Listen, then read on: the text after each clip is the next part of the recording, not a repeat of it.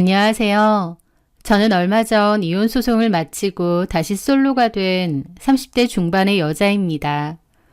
제 인생에 이혼이라는 게 있을 거라고는 전혀 생각 못 했는데 진짜 한치 앞을 모른다는 게 사람 인생이라더니 그 말을 요즘 들어 더 실감하고 있습니다. 제 주변에서도 제가 이혼을 했다고 하면 깜짝 놀라더라고요. 다른 사람 다 이혼해도 저는 안 할 줄 알았는데 이렇게 이혼을 하냐면서요. 남들이 이렇게 생각할 정도인데 저는 오죽하겠나요. 하지만 저는 도저히 살 수 없는 상태였고 앞으로 그 사람과의 미래를 함께 그린다는 걸 생각할 수 없어 이혼을 결정한 거였습니다. 흔히들 말하는 도박, 주사, 폭력이었냐고요? 아닙니다. 전 남편은 그런 것과는 거리가 아주 먼 사람이었어요. 그 다음으로 생각할 수 있는 것이 바로 바람인데, 맞습니다. 저는 배우자의 바람으로 이혼을 하였습니다. 그 과정이 얼마나 기가 막히고 황당함들이 많았는지 한번 얘기해 보려고 합니다. 남편과 저는 한 아울렛에서 같이 근무를 하며 만났습니다. 매장은 달랐지만 같은 남성복 매장에 근무를 했기에 오며 가며 얼굴을 종종 보고 알던 사이였습니다. 그러다가 그 남자와 제가 가까워질 계기가 있었죠. 저희 매장에는 1, 2주에 한 번씩 찾아오는 남자 손님이 있었습니다. 그 손님은 저희 매장에 오면 꼭 저를 찾곤 해서 동료들도 다 알고 있을 정도였죠. 그 손님은 저한테 마음이 있으신 듯 어떨 때는 커피나 주전부리를 사들고 온 적도 있었습니다. 하지만 그 손님한테 전혀 마음이 없었기에 저는 기본적인 응대만 하려고 했죠. 그러던 중 퇴근을 하고 버스를 타려 아울렛 밖으로 나왔는데 그 손님이 저를 쫓아온 거예요. 나 알죠? 나 계속 기다렸는데. 아, 예. 지금 매장 마감 다 해서 다음에 오세요. 그렇게 말하고 피하려는데 그 손님은 집요하더라고요. 아니, 그게 아니라 저 그쪽 때문에 매번 찾아가는 거예요. 그렇게 말하는 남자 손님이 뭔가 쎄해서 얼른 피하고 싶었는데 아울렛은 외곽 지역에 있다 보니 버스가 자주는 안 오거든요. 그렇게 버스야 얼른 와라 하면서 기다리는데 그 남자 손님이 아니, 내가 할 말이 있다잖아! 하면서 큰 소리를 내는 거예요. 하필 그날 제가 마감하고도 늦게 나온 터라 주변에 사람이 거의 없는데 이런 상황이라 너무 무서웠습니다. 그런데 갑자기 도로에서 빵빵 하는 소리가 들리더라고요. 그러면서 그 남자가 차에서 내렸습니다. 다른 매장에서 일하는 그 남자가요. 당신 뭐야? 자기야, 무슨 일이야? 저는 순간 놀라고 당황해서 눈을 동그랗게 뜨고 그 남자를 쳐다보았는데 그 남자는 순간적으로 코를 찡긋하더라고요. 그래서 저도 자기야 왜 이렇게 늦게 왔어? 하고 말했습니다. 손님도 당황하는 것처럼 보이더라고요. 당신 누구야? 누군데 내 여자친구한테 이래? 하면서 큰 소리를 냈고 그 남자는 당황해서는 뒤로 슬금슬금 물러서더라고요. 나 남자친구가 있는지 몰랐어요. 그냥 좀 물어보려고. 하더니 도망을 가버리더라고요. 저는 그 손님이 가버리는 걸 보고 긴장이 풀렸습니다. 휴 하고 한숨이 절로 쉬어지더라고요. 정말 고맙습니다. 저희 층 끝매장에 근무하시는 분 맞죠? 정말 감사해요. 그 남자는 저를 살펴보더니 어디까지 가세요? 오늘은 제가 태워드릴게요. 아니에요. 괜찮아요. 좀 있으면 버스 올 거예요. 그게 아니라 저 남자 아직 안 갔어요. 하는 겁니다. 저는 그때 심장이 쿵 하는 느낌이었어요. 진짜 공포영화보다 더 무서움을 느꼈던 것 같아요. 놀라서 쳐다보려는데 쳐다보지 마요. 그냥 내 차 지금 바로 타세요. 하더라고요. 저는 그쪽을 쳐다보기도 무서워서 얼른 남자의 차에 탔습니다. 아까 그 손님이 당연히 갔을 거라 생각했는데 숨어서 쳐다본다니 너무 무서웠어요. 남자는 차를 출발시켰고 저는 일부러 더 그쪽을 쳐다보지 않았습니다. 그렇게 그 자리를 벗어나고 저는 감사 인사를 했어요. 너무 고맙다고요. 그런데 그 남자는 이렇게 얘기하더군요. 아까 그 남자분이 좀 이상하던데. 혼자 다니면 위험할 것 같아요. 괜찮아요. 다음에는 좀 더 일찍 나오면 괜찮을 거예요. 아닌 것 같은데. 눈빛이 좀 이상하던데. 그냥 당분간은 퇴근할 때 나랑 같이 해요. 그러는 겁니다. 저는 괜찮다고 사양을 했는데 그 남자가 어차피 가는 길이니까 괜찮아요. 그 남자 아무리 봐도 좀 이상해 보이는데 당분간은 조심하는 게 좋을 것 같아요. 사실 저도 그 손님 눈빛이 일반적이지 않아 거리를 두려고 했던 것도 있었어요. 뭔가 사람 느낌이라는 게 있잖아요. 그 손님은 뭔가 쎄했습니다. 그래서 자주 오는 게 부담스럽고 먹을 걸 주는 것도 싫었거든요. 결국 오늘 같은 일이 생기려고 그랬던 건가 싶어서 겁이 많이 나더라고요. 저는 고맙다고 그럼 차비라도 좀 내겠다고 얘기를 했고 남자는 그럼 다음에 커피 한 잔 사라고 얘기를 하더군요. 저는 알겠다고 했습니다. 그렇게 그 남자와 저는 카풀을 시작했어요. 출근할 때는 버스를 타고 출근했지만 퇴근할 때는 대부분 그 남자와 함께 퇴근을 했죠. 사실 둘만 한 차에 타고 가는 게 조금 부담스럽기도 불편하기도 했는데 그 남자는 말을 무척 잘하고 대화를 잘 유도하는 사람이라서 저도 얼마 가지 않아 자연스럽게 그 남자와 대화를 하며 차를 타고 퇴근을 하게 되었습니다. 저는 차를 태워주는 게 고마워서 커피를 종종 사다가 한 달쯤 되었을 때 봉투에 차비를 넣어 건넸습니다. 기름값까지 해서 좀 넉넉하게 넣었죠. 저 이제 괜찮을 것 같아서요. 그 손님도 이제 저희 매장에 안 오시고 다시 버스 타고 다녀도 될 것 같아요. 이건 그동안 너무 감사해서 받아주세요. 그랬더니 남자가 그냥 계속 타고 다녀요. 예진 씨는 몰랐겠지만 그 남자 나는 한 번씩 봤는데. 하는 겁니다. 저는 깜짝 놀랐죠. 네? 어디서요? 예진 씨 매장 주변 얼쩡거리는 것도 두어 번 봤고 버스 정류장 지나갈 때 보면 한 번씩 나무 뒤에 있는 거 봤는데. 예진 씨는 못 봤어요? 하는 겁니다. 저는 다시 심장이 쿵쿵 뛰고 무서웠어요. 제 눈에 전혀 보이지 않아서 괜찮을 거라 생각했는데 그게 아니라니 너무 무섭더라고요. 나도 이제 이렇게 가는 거 익숙하고 예진 씨도 이렇게 가는 거 괜찮으면 그냥 타고 다녀요.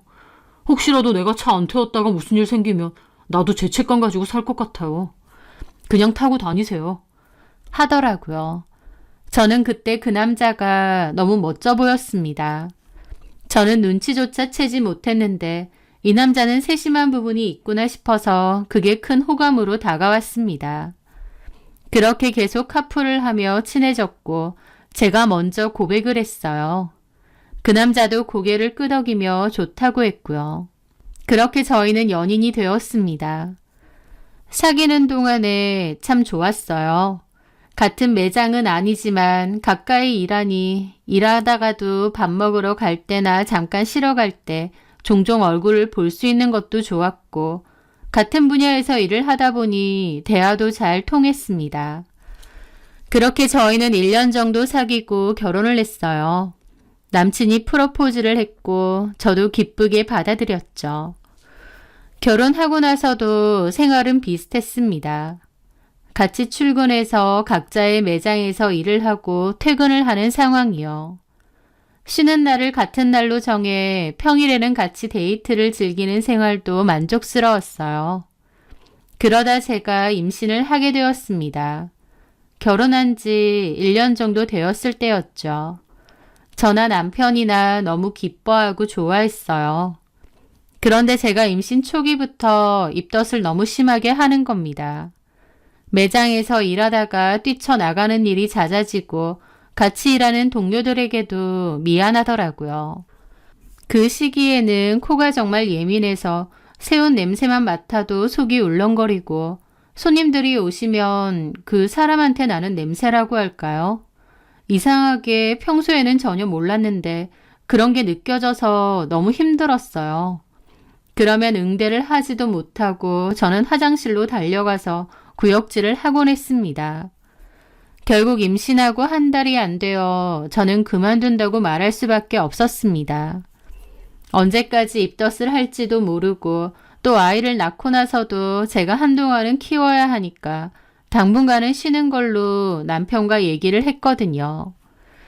그렇게 저는 매장을 그만뒀고 남편은 계속 출근을 했습니다. 그맘때 남편은 매장의 점장이 되었어요. 너무 잘 되었다고 함께 기뻐하며 축하해 주었죠. 그 뒤로 저는 집에서 지내는 중에 한 친구에게 연락이 왔습니다. 저랑 예전에 같은 매장에서 근무했던 친구였어요.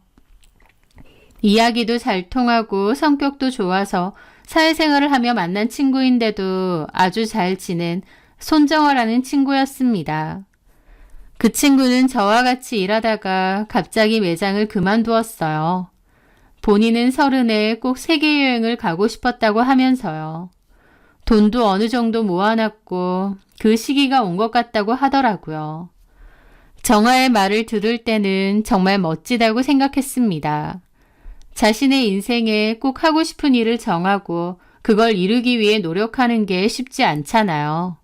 보통 30쯤 되면 현실적인 걸 주로 생각하게 되는데 그렇게 여행을 떠날 수 있는 친구가 너무 멋져 보였습니다. 그렇게 매장을 그만두고 초반에는 저랑 연락을 잘했지만 저도 제일 하느라 바쁘고 그 친구도 여행하느라 바쁜지 연락이 잘 안 되었습니다. 그러면서 연락이 끊어졌는데 그 친구가 오랜만에 연락을 한 거예요. 저는 너무 반가워하며 통화를 했죠. 정아는 만나서 얘기를 하자고 하더라고요. 그래서 다음날 한 카페에서 만나게 되었습니다. 오랜만에 만나 서로 얘기를 한참 하고 반가워하다 정아가 그러더군요. 나 다시 매장에서 일하려고 하는데 혹시 너 전에 일하던 매장 사람 필요하니? 글쎄, 한번 점장님께 얘기해볼게. 가서 돈을 탈탈 쓰고 왔더니 빈털털이야. 이제 나이도 있으니 부지런히 일해야지. 언제 돈 모아서 너처럼 결혼하고 임신할지.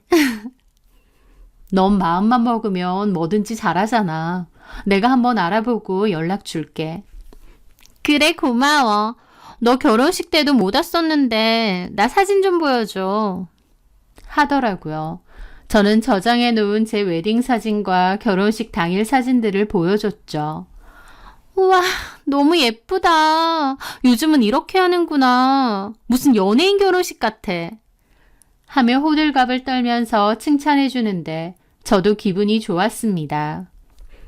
요즘은 대부분 이렇게 하더라고. 정아, 너는 나중에 더 예쁘게 할 것 같은데? 그런데 정아는 제 남편에게 관심을 많이 가졌습니다. 근데 네 남편 너무 잘생겼다. 키도 크고. 그런가? 저는 남편 칭찬에 왠지 부끄러운 마음이 들어 하하 웃었습니다. 정아는 남편에 대해 관심이 많았고 저는 별 생각 없이 남편에 대해서도 줄줄 이야기했어요. 배려도 잘하고 사람이 착하다. 집안일도 잘 거들어주고 등등. 아직 결혼한 지 오래 안 되고 사이가 무척 좋다 보니 그런 남편의 좋은 점을 얘기했죠. 그래. 그런 센스 있는 사람이랑 사는 게 맞아. 센스는 돈 주고 생기는 게 아니거든. 아, 예진이 너 결혼 진짜 잘했다. 부럽다, 야.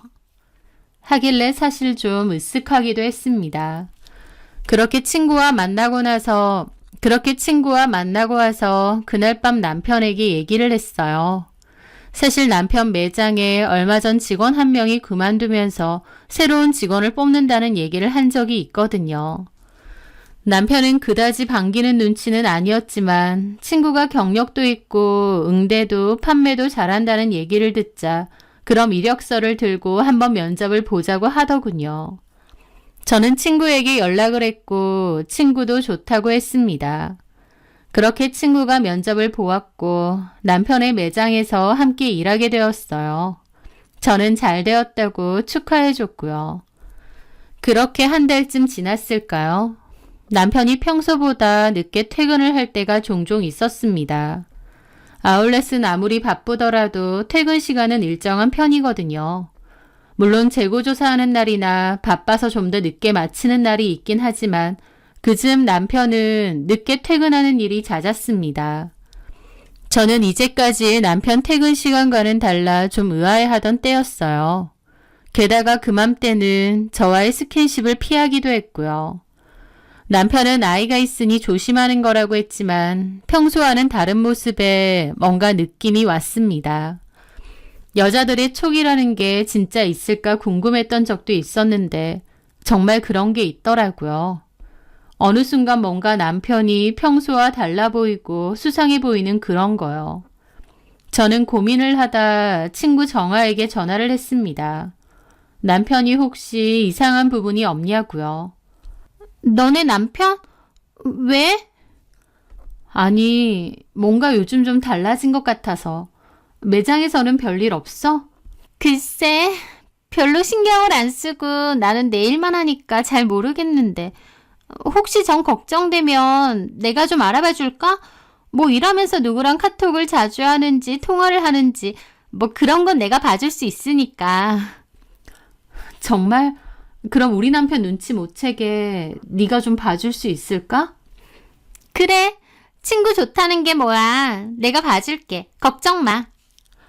정말 고마워. 그렇게 그 뒤로 친구는 저에게 종종 연락을 했습니다. 하지만 딱히 나오는 건 없었어요.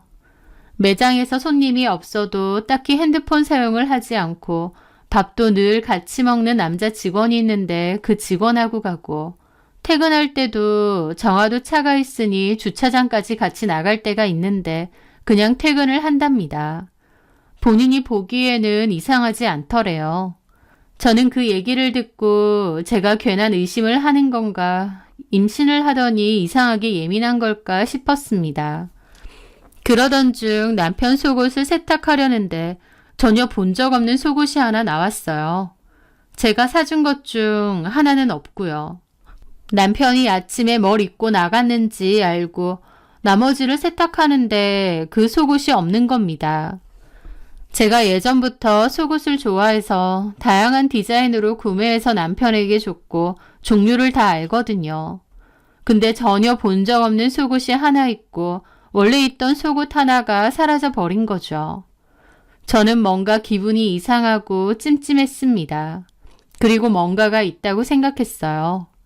밖에서 새 속옷을 사 입고 올 일이 뭐가 그렇게 많겠나요? 그맘때 남편이 더 늦어지기도 했었고요. 저는 그런 사정을 친구 정아에게 얘기했는데 정아가 그러더군요. 오늘은 한번 미행을 해보겠다고요. 저는 그런 일까지 부탁하고 싶지는 않아서 괜찮다고 했습니다. 하지만 정말 솔직한 마음으로는 그렇게 해주길 바랬어요. 운전을 잘 하지도 못하지만 저희 집 차 한 대를 남편이 쓰는 터라 제가 운전해서 따라갈 수가 없는 상황이었거든요. 하지만 한 번은 퇴근 후 뭘 하길래 늦는지 알아보고 싶었습니다. 저는 정말 미안해하며 정아에게 부탁했어요. 너무 미안하지만 한 번만 부탁한다고 정말 고맙다고 했습니다. 그렇게 정아는 그날 남편의 뒤를 따랐는데 그날은 저희 집으로 바로 퇴근을 했습니다. 뭔가 남편이 일찍 오는데 기쁜 게 아니고 허무한 느낌이 들더라고요. 아마 제 마음속으로는 진짜 뭔가가 있는데 그걸 찾지 못해 그런 것 같았습니다. 정아는 하루 가지고 되겠냐며 한 3, 4일 다녀보겠다 했습니다. 저는 너무 미안했지만 어쩔 수 없이 부탁을 했고요. 그렇게 3일째 되는 날 정아한테 연락이 왔습니다. 예진아, 너 임신해서 더 예민해서 그런가 보다.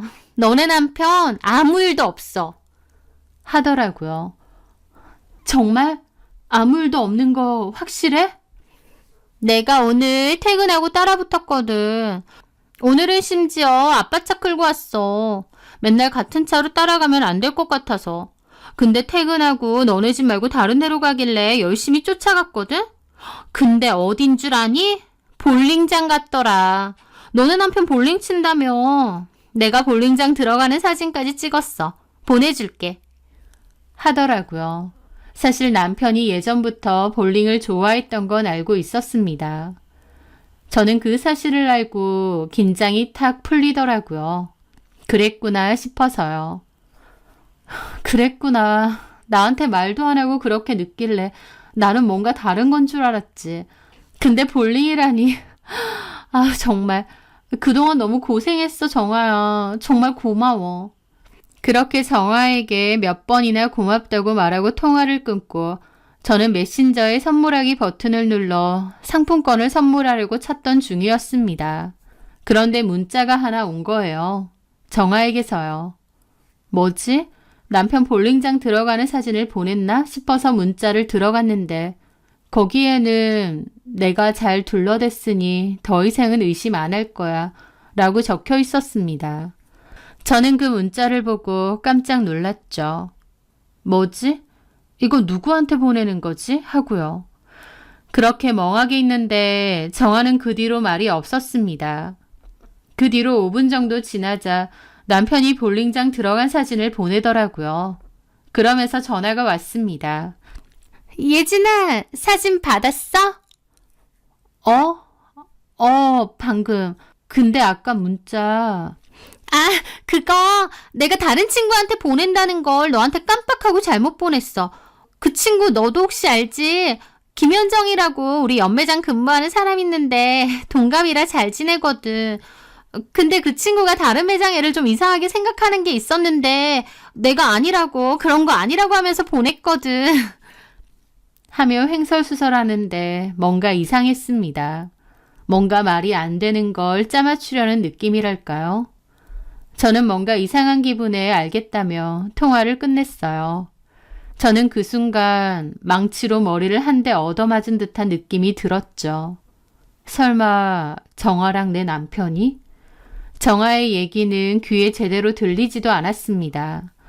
다른 친구의 이야기라며 횡설수설하는데 정아 본인도 자기가 무슨 말을 하는지 제대로 알고 하는 것 같지 않을 정도였어요.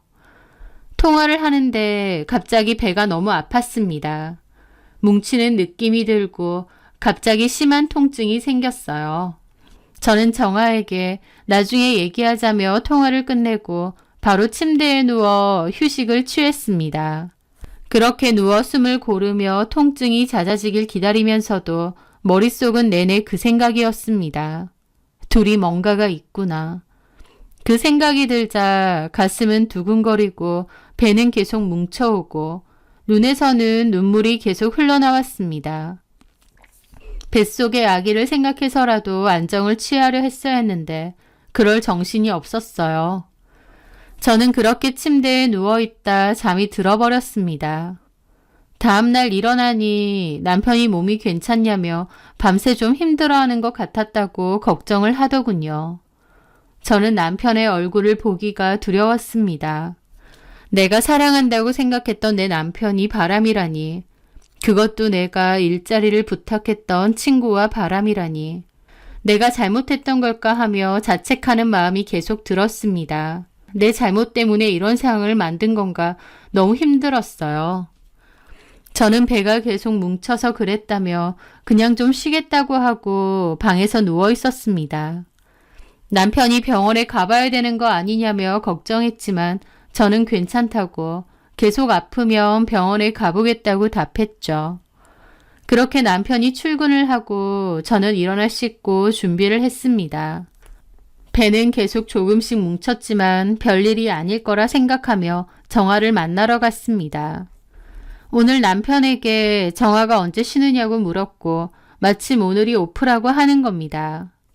저는 정아에게 연락해서 오늘 좀 보자고 했습니다. 쉬는 날인 거 다 안다고요. 그랬더니 정아가 처음에는 약속이 있니 어쩌니 하다가 제가 집요하게 나오니까 알겠다고 보자고 하더라고요. 그렇게 약속 장소에 나가 정아를 만났습니다. 왔어. 아, 예진아, 밥은 먹었어? 배가 좀 더 나왔네. 하며 이런저런 얘기를 하더군요. 아니, 밥 먹을 정신이 없었어. 너도 알 거라 생각해.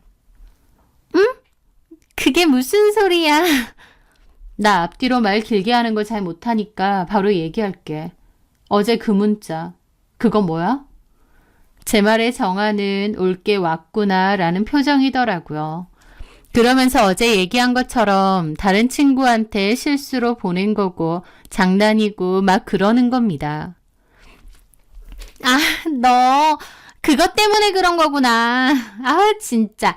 내가 어제 말했잖아. 우리 옆에 매장에 거기서 일하는 현정이라는 애가 다른 매장에 알바로 들어온 애랑 일이 좀 있어서 그것 때문에 내가 말해주려다 다 너한테 잘못 보낸 거야. 하더군요. 걔는 그런 일이 없다던데. 제 말에 정아는 깜짝 놀랐습니다. 어제 네 전화 듣고 오늘 걔한테 확인해봤어. 그런 일 전혀 없고 너랑 그다지 친하지도 않다고 하던데 너 지금 무슨 말도 안 되는 소리를 하는 거야.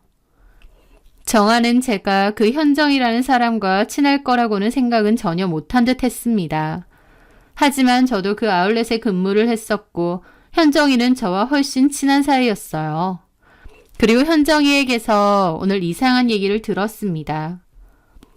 내가 현정이한테 물어봤더니 네가 며칠 전에 내 남편한테 뭐라고 협박 같은 거 했다며. 지하 주차장 쪽 엘리베이터 안쪽에서 현정이가 지나가다 봤다던데. 내 남편한테 이제 어쩔 거냐고 그러면서 몰아붙였다며. 네, 그날 현정이라는 친구는 저에게 자기가 본 것을 얘기해주면서 말을 할까 말까 고민을 했었다고 합니다. 하지만 남의 가정사를 본인이 왈가왈부하는 건 아니다 싶어 말을 아꼈는데 제가 오늘 그런 일을 물어보니 본인도 그때 이상했었다고 얘기를 해주더군요. 제 얘기를 들은 정아는 당황한 듯 보였습니다. 어떻게 네가 나한테 그럴 수가 있니? 너 결혼할 남자친구 있다고 하지 않았어? 네 SNS에 댓글 다는 그 남자 맞잖아. 어떻게 결혼할 생각도 있다면서 내 남편이라. 나 네 남친 SNS 아이디 다 알아. 그 남친한테도 다 얘기할 거야. 제가 그렇게 말하자 정아는 다급하게 말했습니다. 안 돼! 그건 안 돼! 절대 하지 마! 너는 내 남편이랑 그래도 되고 나는 네 남자친구한테 연락하면 안 돼? 너 거기 취업까지 내가 부탁해서 시켜줬는데 은혜를 원수로 갚니? 그런 거 아니야, 예진아. 내 말 좀 들어봐. 정아는 남자친구에게 알리겠다 하니 마음이 많이 급해졌는지 저를 붙잡으며 얘기하더라고요. 팔 놓고 얘기해. 지금부터 하는 얘기는 나 다 녹음할 거야. 만약 거짓말이 있다면 네 남친한테도 다 얘기할 거고 내가 할 수 있는 것들은 다 할 거야. 알겠어? 제가 단호하게 말하자 정아는 한숨을 크게 쉬며 자포자기하는 표정이 되었습니다. 그래, 얘기할게. 너한테는 정말 미안해. 나도 처음부터 이러려는 건 아니었는데 나도 상황이 급하다 보니 어쩔 수가 없었어. 진짜야. 그래서? 그치만 네 남편이랑 불륜이라니 절대 그런 일은 없어. 진짜야. 그건 내가 장담해. 우리 엄마 아빠 걸고 맹세할 수도 있어. 그럼 네가 내 남편을 왜 협박했는데? 그리고 어제 보낸 문자는 뭔데? 정아는 그 말에 바로 대답을 하지 못했습니다. 말 안 할 거야? 할게. 근데 너도 이게 충격일 거라 내가 말하는 게 맞는지. 무슨 상황이든 지금 상황보단 덜 충격일 테니까 그냥 말해. 사실은 정말 뭐냐고. 네 남편 만나는 사람 있어. 근데 진짜 나는 아니야. 저는 그 말에 또 한 번 충격을 받았습니다. 이 친구가 아닌 다른 사람이 있다고? 누구지? 같이 볼링 치는 사람인가? 아니면 다른 매장의 직원인가? 갑자기 머릿속에 여러 생각들이 몰려왔고 배는 더 심하게 당겼습니다. 하지만 배의 통증보다 저는 이 상황을 알고 싶은 마음이 더 컸어요. 그 그게 누군지 너는 아는 거지? 누구야? 그게 우리 매장에 하정수라고 뭐? 주말 알바생이 있어. 근데 걔랑 너네 남편이 하정수라면 남자잖아. 어. 저는 예상치도 못한 말에 큰 충격을 받았습니다. 어떻게 내 남편이 남자랑 사귄다니 이게 말이 되는 소리인가요? 너무 믿기질 않으니 헛웃음이 절로 나오더군요. 너 지금 그걸 말이라고 하는 거야? 아니 이유를 댈 거면 그럴싸한 걸 대야 되는 거 아니야? 너 진짜 성의가 없어도. 너는 못 믿겠지. 근데 나한테 다 증거가 있어. 봐봐. 하며 정아가 보여준 핸드폰에는 사진들이 여럿 있었습니다. 거기에는 남편 차에 탄 한 남자와 남편이 키스를 하는 사진이었어요. 사진이 흐릿하긴 했지만 제 남편과 다른 남자가 확실했습니다. 게다가 얼마 전 남편과 한 바에 들어가는 사진도 정아는 찍었습니다. 그 바는 게이바라는 곳이라고 정아가 사진을 보여주며 설명하더군요. 그리고 모텔에 들어가는 사진까지 정아가 보여주는데 저는 입을 다물 수 없었습니다. 도대체 이게 무슨 상황이지? 너무 혼란스러웠어요. 남편한테서 이제까지 그런 기미를 전혀 느낄 수 없었기 때문에 더 혼란스러웠습니다. 저와 자연스레 스킨십도 하고 애정 표현도 하고 그랬는데 남편이 게이라고? 이게 말이 되는 걸까 싶은데 그 사진들을 보니 안 믿을 수도 없는 거예요. 제가 충격을 받고 그 사진을 멍하게 보고 있는 와중에 친구는 내가 사실 여행 다니면서 빚이 좀 있었거든. 근데 이제 결혼도 해야 되지. 모아놓은 돈은 없고 빚만 있지. 그러다 그 상황을 보고 그러면 안 되는 거였는데 처음엔 너한테 얘기할까 했어. 주차장에서 사진 찍었을 그때는. 근데 네가 안 믿을 것 같아서 네 남편을 좀 쫓아다녀보다 이런 곳 가는 것도 알게 되고 둘이 모텔까지 가는 것도 알게 되고 그래서 너네 남편한테 얘기를 했더니 돈을 주겠다고 하더라고. 그러면서 너 출산하면 더 이상 이런 짓 안 할 거라고 믿어달라고 하면서 얘기를 해서 나도 너무 급한 마음에 알겠다고. 정말 미안해 예진아. 진짜 내가 나쁜 년인데 나도 너무 돈이 급했어. 지금 남자친구는 내가 결혼 준비가 다 된 줄 알거든. 이 남자 놓칠 수 없어서 그래서 그랬어. 정말 미안해.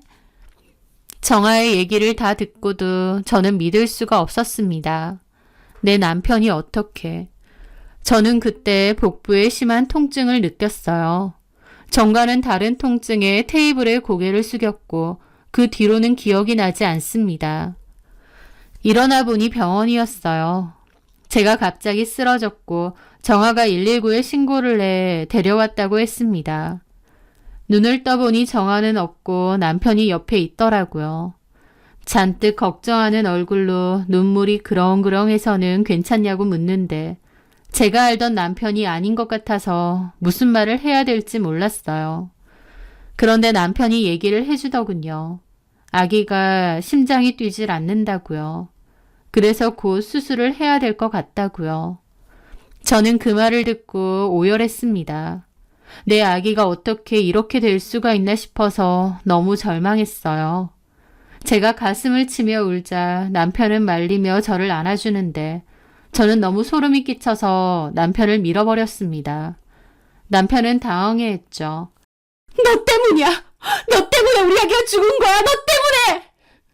제가 비명에 가깝게 소리를 지르자 남편은 눈을 크게 뜨고 저를 쳐다보더라고요. 저는 한참을 울부짖었고 곧이어 오신 저희 엄마가 저를 안아주시며 달랬습니다. 저는 엄마 품에 안겨 엉엉 울 수밖에 없었죠. 그렇게 저는 다음날 아이를 보내는 수술을 했습니다. 심장이 뛰지 않는 아이를 품고 있었던 그 하루를 저는 지금도 생생히 기억합니다. 뱃속에 있는데 아무것도 해줄 수 없는 마음이 진짜 심장을 도려내는 듯 아픈 그 느낌이 아직도 기억나요. 그렇게 수술을 하고 회복을 하자마자 저는 이혼 서류를 가져왔습니다. 정아한테 얘기 다 들었고 네가 정아한테 협박당한 것도 안다. 그 사진들도 내가 받아서 다 들고 있다. 너는 나를 기만하고 내 아이를 죽인 살인범이나 다름없다. 그렇게 남편에게 소리를 질렀습니다. 남편은 고개를 숙이고 들 생각조차 못하더니 제가 살인범이라고 하니 그제야 입을 떼더라고요. 내가 왜 살인자야? 내가 뭘 했는데? 네가 배 아플 때 바로 병원을 갔어야 되는 거 아니야? 그렇게 말하는 남편의 뻔뻔스러운 말에 기가 찼습니다. 너 같으면 남편이 바람이 났는데 그 와중에 병원 갈 정신이 있을 것 같니? 저번 주까지 아무렇지도 않은 아기였는데 네 얘기 듣고 그 충격에 유산한 거야. 그러면서 뭐? 내 탓을 해? 네가 인간이면 그럴 수는 없지. 나 이거 못 참아. 다 알릴 거야. 시부모님, 너네 사장님, 본사, 아울렛에도 가리지 않고 다 알릴 거라고. 제가 그렇게 말하자 남편은 사색이 되더군요. 사실 남편은 시아버지를 정말 무서워합니다. 어릴 적부터 많이 맞고 커서라고 하는데 아직도 아버지 말에는 벌벌 떨더라고요. 그러자 남편은 태도를 바꿔 저에게 빌기 시작했습니다. 예진아, 그래, 내가 다 미안해. 다 내 잘못이야. 하지만 부모님께는 비밀로 해줘, 제발. 이혼하자고 하면 할게. 재산 달라고 하면 다 줄게. 근데 우리 부모님께는 알리지 마. 우리 엄마 아빠 알면 진짜 큰일 나. 제발 네가 해달라는 대로 다 해줄게. 저는 남편의 애원이 그냥 다 본인을 위하는 거라고 생각했습니다. 저에게 미안해서 아기에게 미안한 마음보다 본인이 살기 위한 수작으로밖에 보이질 않았어요. 내가 원하는 건 아기가 다시 돌아오는 거야. 너 그거 할 수 있어? 내 아기 다시 살릴 수 있어? 저는 다시 그렇게 주저앉아 눈물을 흘렸습니다. 무슨 짓을 해도 아기는 다시 돌아오지 않는다는 생각에 가슴이 찢어지는 듯 했습니다. 남편은 저에게 다가오지도 못하고 그렇게 서 있더니 집을 나갔습니다. 저는 도저히 참을 수가 없었습니다. 그래서 바로 시부모님께 연락해 남편이 남자를 만난다. 그 남자랑 바람이 났다. 사진 보냈으니 보셔라 하고 얘기해버렸습니다. 그리고 변호사 사무실을 찾아 상간소송을 걸 거라고 했습니다. 동성애도 물론 상간소송이 가능하다고 하더라고요. 저는 그렇게 소송을 시작하겠다고 하고 집으로 돌아왔습니다. 집에 오니 시부모님께서 기다리고 계시더군요. 저를 보며 흥분하셔서는 이게 무슨 일이냐고 다그치시길래 집에 들어가서 얘기하시라고 하고 함께 들어왔습니다. 그리고 이제까지의 일을 얘기했어요. 근데 느낌이 어머님은 그렇게 충격을 받으신 것 같지는 않고 아버님은 정말 생전 처음 듣는다는 식으로 얘기를 들으시는데 제가 상황을 보니 아마 어머님은 이 일을 아예 모르시진 않겠구나 싶더라고요. 아버님은 제 얘기를 다 들으시곤 그 새끼 어디 있냐고 전화를 하시고 난리가 났습니다. 저는 이혼할 거고 이 집에 있고 싶지 않아 당분간 친정에 가 있겠다고 했습니다. 시아버지가 화를 주체하지 못하고 난리 치시길래 그것도 보기 싫어 그냥 간단한 짐 챙겨 나와버렸습니다. 그 뒤로 한 이틀이 지나고 남편에게 연락이 왔습니다. 만나서 얘기를 하자고요. 그렇게 남편과 만났고 어머님도 같이 나오셨더라고요. 남편은 얼굴에 멍이 들어 있었습니다. 아마 아버님께 맞은 것 같더라고요. 어머님은 침울하면서도 약간은 저를 원망하는 표정을 하고 계시고요.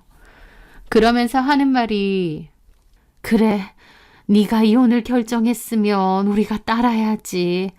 하지만 예진아, 그 소송까지는 꼭 해야겠니?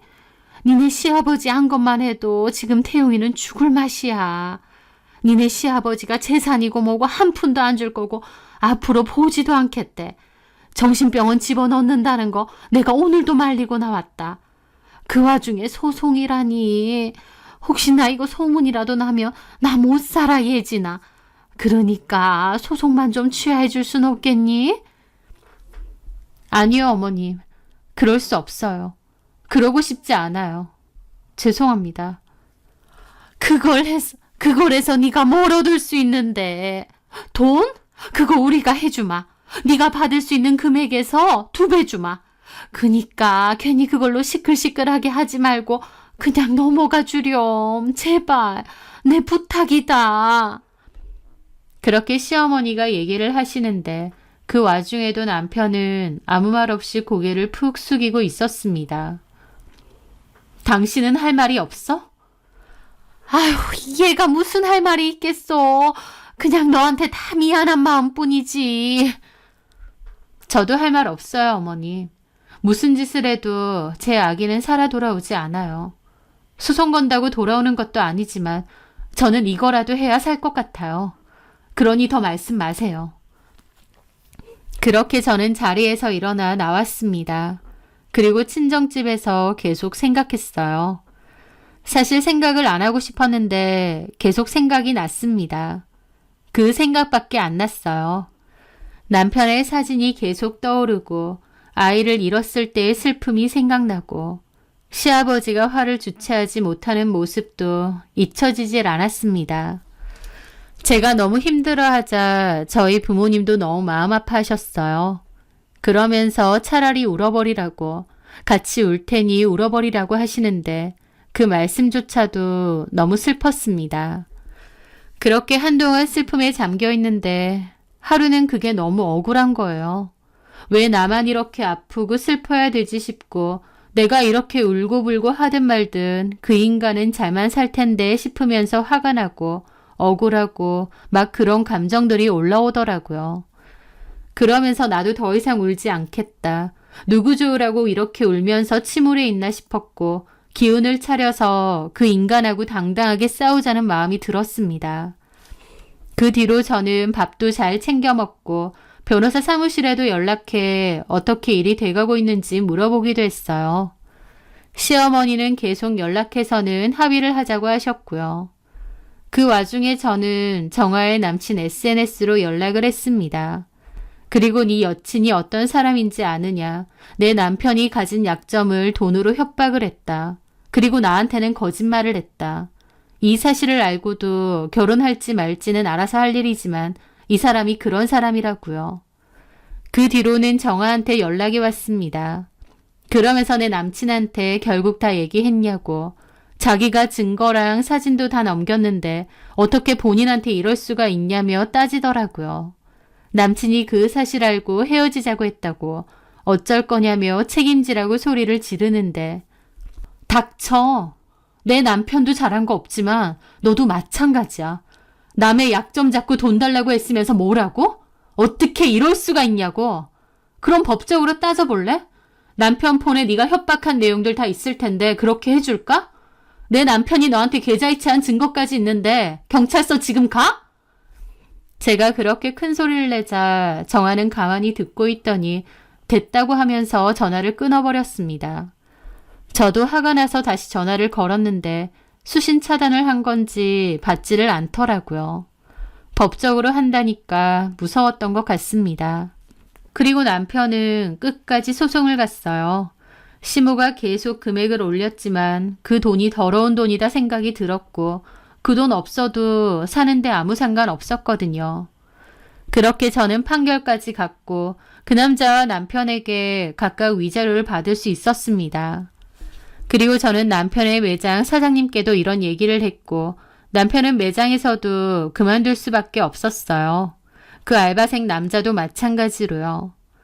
그렇게 저는 이혼을 하고 지금은 예전에 일했던 아울렛 매장에서 다시 일하고 있습니다.